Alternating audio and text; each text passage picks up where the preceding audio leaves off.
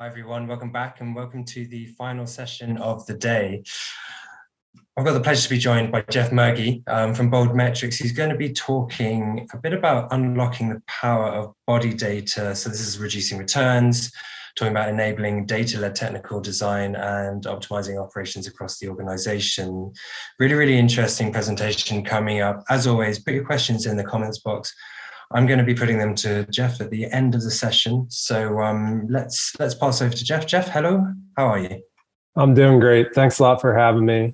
Appreciate the intro, and yeah, really excited to dig into this topic. You guys have got a pretty good dose of Bold Metrics today. Our CEO Dana has been in a couple panels, and I have the power of being able to show some slides, so I get to do the show and tell part of a lot of the things that she's kind of spoke to today, which is I'm really excited to. So, I think it'll be really good to do that as well, Jeff. So I'm looking forward to it, and I'll let you crack on with that. And I'll see you in about 20 minutes for some Q&A. Sounds good. Over to you. All right. So, bit about me. I lead product at Bold Metrics. I've been with the company almost 4 years now. Prior to Bold Metrics, I spent about 10 years in the physical apparel product and footwear as well. Apparel mostly, but product creation side of things. Worked on the innovation team for Columbia and all the subsidiary brands there. And so have a good understanding of what it takes to build apparel products and everything that goes into that process, including fit and sizing and managing that side of things. So it's been a fun experience over the last 4 years, really getting to bring a lot of Bold Metrics power to different aspects of apparel companies. And now, with kind of where we're going on our product roadmap, very relevant for this audience, for PI Apparel on the design side. Shameless marketing plug from our marketing team who worked very hard on these slides. But they demanded I mention that in my spare time, I also do host a podcast that our marketing team organizes called Bold Brands. I think we're almost to 30 episodes now, so you can make it a weekend goal to catch up. If you know someone that wants to be on it or yourself wants to be on it, feel free to reach out and we'll make that happen. So we have a big topic here, but I'm really going to narrow this down to mostly focus on the technical design side of things and how this data can be used in that aspect for apparel brands. You probably know about Bold Metrics, but just real quick, if you don't, we are what we call the AI body modeling pioneer. Our CEO, Dana, coined that term last year, and I'd never heard of it, so I think she might have invented it, but it makes a ton of sense for what we do. We started with a lot of body scans and survey questions and trained models to accurately predict body measurements using AI and machine learning. To date, as we collect AI body models now, because someone is not scanning themselves when they answer our questions, we have nearly 49 million AI body models and counting, which has to be, if not the largest, one of the largest sets of body data in the world. And what makes us unique is that it's very easy to use and scalable. We're a fast-growing company. We closed our Series A this year and have expanded our team greatly to really support the growth of our products geared around fit and sizing and size recommendation. These are clients we're either live with or working on bringing live today. Really great team, really excited about our approach to solving fit and sizing for consumers, but also really excited about how this data can be leveraged for other parts of the apparel organization, such as design. So a problem, I also think this a huge opportunity, mostly because there's never really been an easy way for apparel brands to have scalable access to their shoppers' body data. So what I mean by that is, like, in the past, like even when I worked at Columbia, we had a body scanner in our lab, but we never had, you could scan some people, sure, but you couldn't scan millions of people and have body data of millions of your actual consumers in the past. And we really feel like we can make that happen for this industry. And there's a ton you can do with that data. So how we do it, the product that really is what everything that we do at Bold Metrics is built on is called the virtual tailor. And this is our ability to create that AI body model, accurately predict over 50 body measurements of a shopper or a consumer just by simply answering a few simple questions. It takes less than 20 seconds to do. And, over 90% of shoppers that click on our modules on our client's site actually answer the questions and get a recommendation or share their body data. So that speaks to the scalability of it and how it is easy for the consumers to use.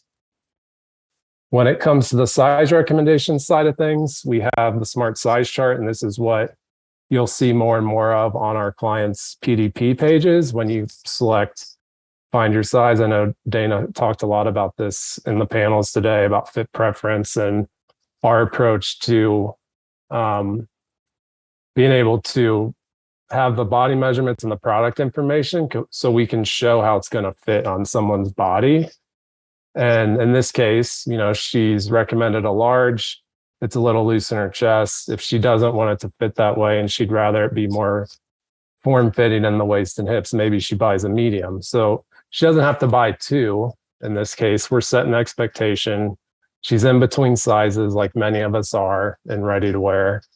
And she's able to select based on her own personal fit preference how she's going to wear the product, which is basically the other half of size recommendation is fit preference. And we believe you can only really do that if you know the person's body and then the product information.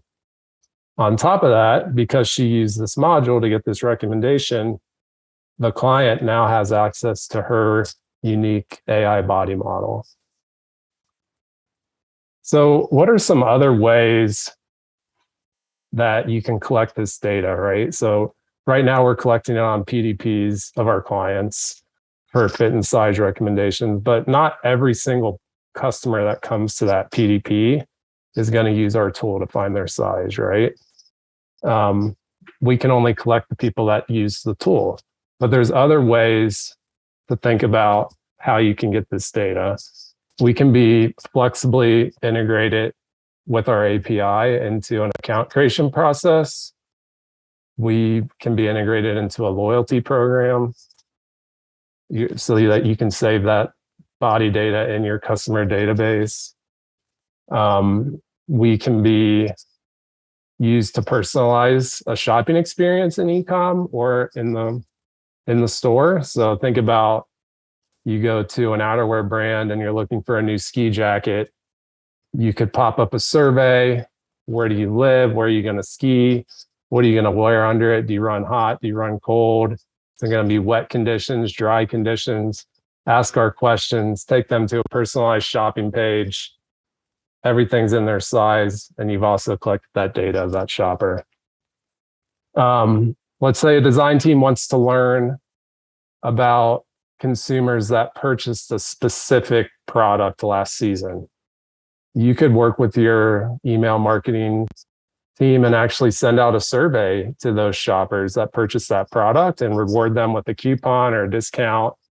But as part of that survey, ask her questions and collect body data of those people. So just want to get the point across that there's a lot of flexibility around how you can collect as much of this data as possible so that you're really getting the most bang for your buck.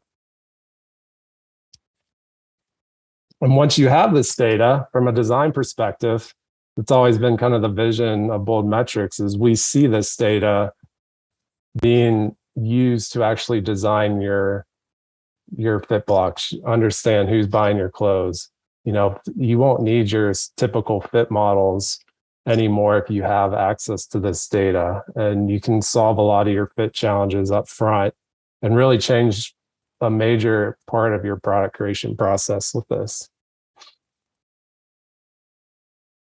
So kind of going into the product that we have in works that we'll be launching early next year, the Apparel Insights product from Bold Metrics. So this is a dashboard product that our clients will be able to log into and have access to reporting, digging into different parts of this data. Right now, a lot of this is done, for our clients that we work with in one-off reporting, and clients are taking action on this type of data, but we really want to empower our clients to pull their own reports, kind of dig into what they want to dig in. And that's what this product will allow them to do. It's really going to enable you to have data to design smarter. This is an example of an actual client's fit model on the left. The designer tells us that she wears a size small. And if you saw the product on her, it would look slightly oversized, but that was the intended fit that the designer had.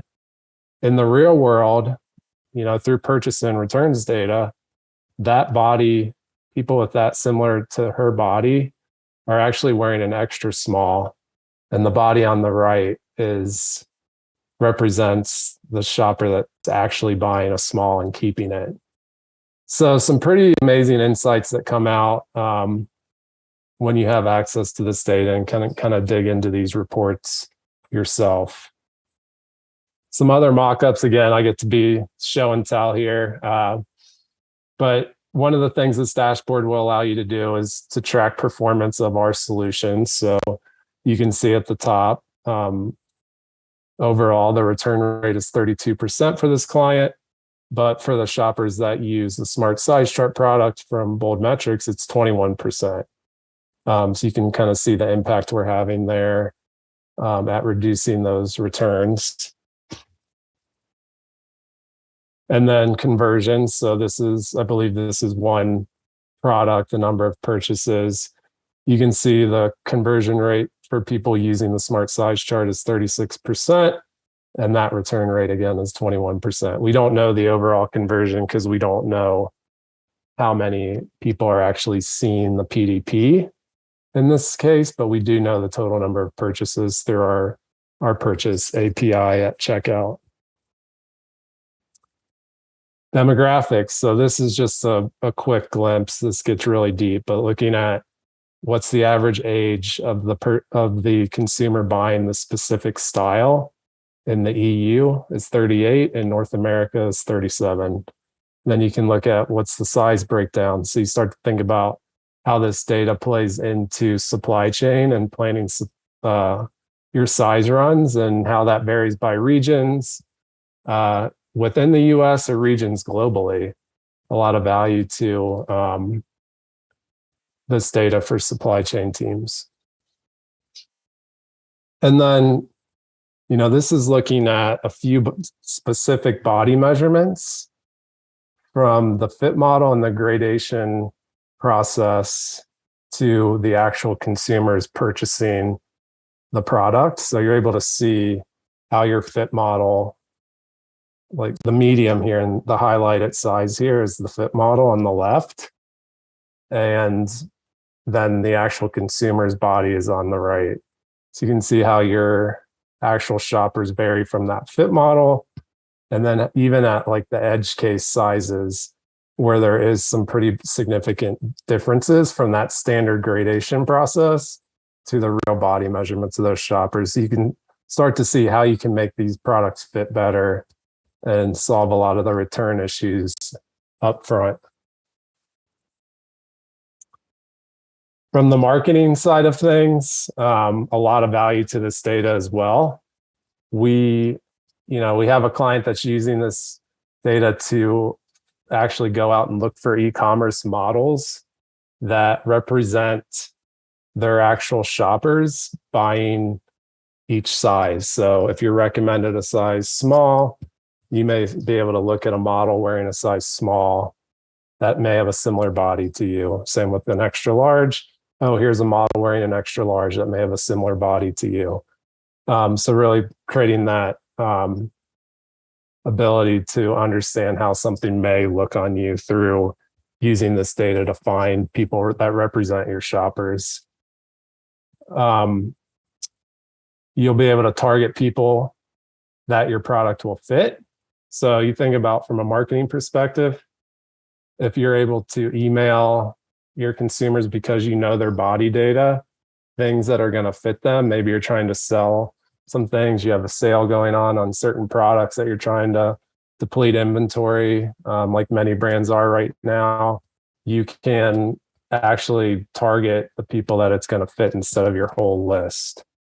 And then again, loyalty programs and integrating into that for marketing purposes and really going above and beyond to try and delight the customers you do have, as customer retention is such a big topic these days. And then supply chain, we talked about this, but regional sizing differences, as well as I know Dana hit on it earlier today, regional fit preferences. The Men's Warehouse has been a client for ours for years. We know people in New York wear their tuxedos differently than people in Texas, for example. The sizing differences regionally is very apparent in the data. You see different body types in different parts of the world and different parts of even just the US, as well as, this body data coming into play for on-demand customization, which is a big, next phase in apparel manufacturing. And, if you're going to make something on demand, why not make it in a size Jeff instead of just a size large? So, using that body data to create a custom fit based on how the shopper wants to wear it, because you are building it on demand. And then there was a lot of talk on this today too already, but we learn continuously through our clients off of the purchase and returns data. And we build models for each client individually because we believe that your shoppers may be different than another brand's shoppers and have different fit preferences. Plus, we know every brand has a different fit.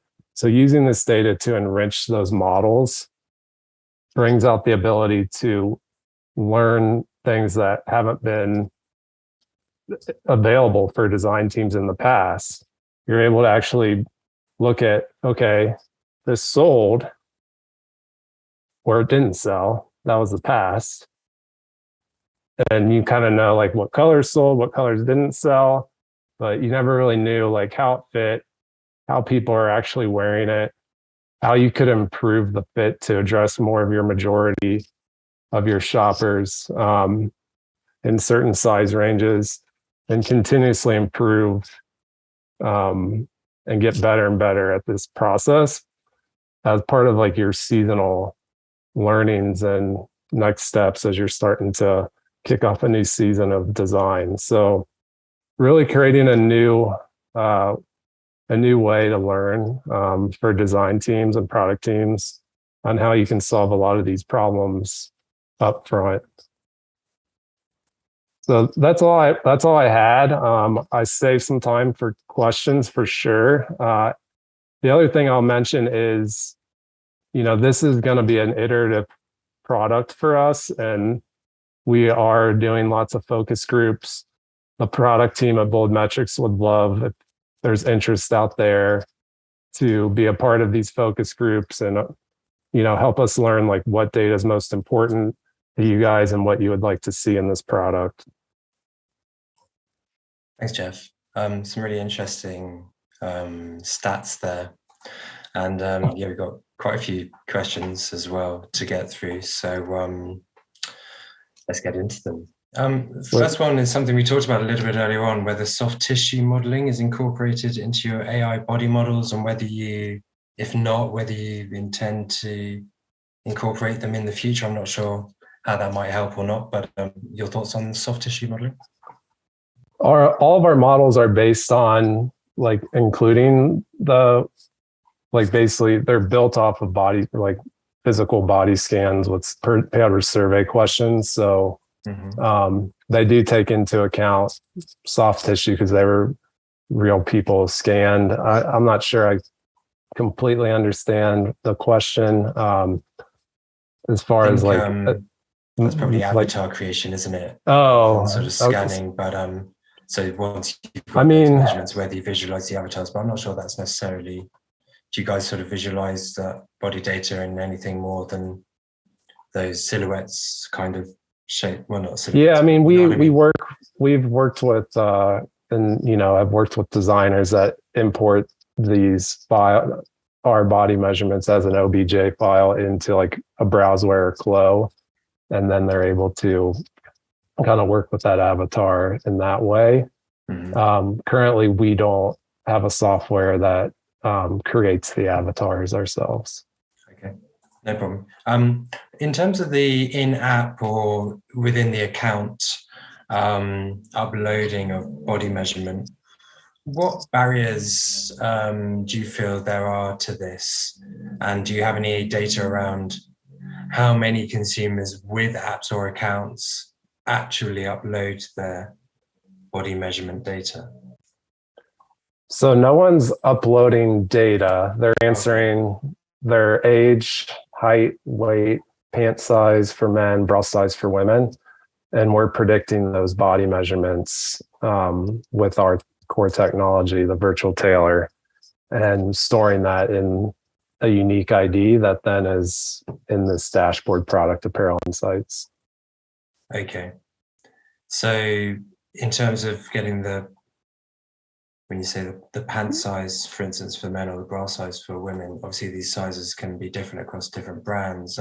How do you account for those measurement inconsistencies? Yeah, so the models are trained on questions that people know the answer to, and we need a torso measurement to kind of, or a torso question to kind of help inform body shape. So we chose pant waist because that's pretty consistent from guys, and most guys, I mean, guys know how to answer that question. And there may be some variances between brands there, but the models are trained on that variance. And then same with women. I mean, there's a lot of studies that a lot of women wear the wrong bra size technically, but they know what size they're wearing, and the models are trained on how people answer that question, right? And it's more accurate than having someone measure themselves and say, what's your waist size or what's your bust size to a woman, and have them like wrap a measurement tape around themselves and try to measure them. It's, you know, the models are more accurate having people say like what size they are and us predict those measurements versus you try to measure yourself and tell us that. The data you've accumulated obviously is from all over the world, and you can break it down by geographies as we've already established today. How do you decide how granular to get with the segmentation of geography? And is that just dependent on what the customer wants, or do you have any sort of insights as to the right level of granularity to go for in terms of geography of data? Yeah, that's a great question. I think so to date, it's been kind of what the client is interested in learning and understanding. And some of that stuff has come through insights we see on just the returns. Like, will these people just have a different fit preference over here versus over here? But I do think that the dashboard product will enable the brands to dig into that data, how they, as deep as they want to, and be able to learn to see like what, you know, how bodies are different in certain countries and what does that mean to that specific brand. Again, it's early days with this product, so it's a good question. I think we're excited to see like what our clients can learn when they can dig into that type of data. Do you think customers would like to, I know this isn't what you do again, sorry, but do you think customers would like to try on a virtual avatar to see the fit? As far as like virtual, like trying things on virtually? Yeah, Yeah, I exactly. mean, I think that that's going to come. I think there's I don't know, let's see. I feel like we're trying to go after the technology that we know consumers use today and it works Mhm. for our clients today. But of course, like on our roadmap, being able to try things on virtually is especially as Web3 environments grow. And, we have a unique ability in that way to not require a photo to create that avatar, right? So it becomes more scalable, simple, and something that we feel consumers would actually go through the process of doing, versus some of the pain points of virtual try on today, as well as the assets that clients have today to make virtual try on realistic and not actually potentially deter people from buying. Mm, interesting. Regarding the fit model data that you put on there, the insights from that were pretty interesting, right? There is a differential between the extra small and the small. Um, do those insights actually change the design or the sizing information at source, or is that differential just an inevitable result of the fit model system as it currently is? That's a great question. I'm not sure what action that client is going to take with that insight, but they wanted us to look into that specifically. So they may be after like changing the fit model to help them create a better process there. But it does I think I mean, they were super interested in just the way people were actually wearing the product versus how they designed it to be worn. Is insightful as a designer, and I think can lead into understanding trends too, right? How people are dressing, and that can vary regionally. It can vary by type of product, even by body shape, right? Different body shapes may wear a product the way a designer thought they were going to wear it, and then other body shapes are like, no way, I'm wearing it like that, right? So some very insightful data, I think, to the designers when they have access to that. Yeah. Um, I've got two more questions for you, Jeff, if you got the time. Sure. There's quite a few startup brands that want to harness all this types of technology to not just reduce returns, be more efficient in their company's processes, but also trying to give consumers a fun way to interact with the retail experience online. Um, are these systems affordable to small startup brands, or are they really only feasible for large companies at this time? Yeah, I mean, we work with all size companies. I mean, we do have a minimum, of course. I mean, there's a lot of data on our end that goes into the early stages of getting a client up and running, as far as the product information, their fit model information, and like setting that up. But we have ways that we can work with pretty much any size company. Of course, like the return on investment is going to depend on what your return rate is, the impact we're going to make, and then how many people actually use the tool. But I mean, I encourage early days companies to gain access to this type of data, right? Because you're going to be growing your company, you're going to be figuring out who your customer is, you're going to be adding new categories to grow. So this data like has a ton of value to those fast growing early days companies. Mm, fantastic. Finally, Jeff, how is the podcast going? It's good. I'm getting better. It's a tough It was start, isn't it? something that was thrown at me, and I actually really enjoy it. And we've had some great guests, especially recently. Some really good guests, and yeah, it's a lot of fun getting to hear stories of how companies started. We talked to founders of apparel brands. We talked to technology company founders. and other e-commerce tech companies as well. So it's really geared towards apparel, the apparel industry and technology that's shaping the future of the apparel industry. So it's been good. It's fun to do. So Good for you. Yeah, good for you. It's called Bold Brands, right? Yeah, Bold Brands. So yeah. Well, I know from experience how much of a dive in at the deep end it is to start a podcast with no sort of hosting experience, and I tell you, it gets easier. I got a lot of stories, but I won't go into them now. But yeah, we can share them sometime. I look forward to it. Well, look, go and check that out, Bold Brands. Jeff, thanks so much for coming on and giving us some visualization of the data that we've been talking about all day. A really good session to finish on, I think. All right. Well, thanks for having us, and really appreciate it. Yeah. Thanks, Jeff. All right, we'll just stay on the line for 2 seconds because I just want to also thank all of the rest of the speakers today, everyone that's come and provided some really, really useful insight into consumer data. It's been fantastic to get back into the spotlights, actually, having not done them for a while since we've been back in doing events. So I'm looking forward to the next ones, which is, I believe, virtual showrooms next month. So check that out, get involved in that.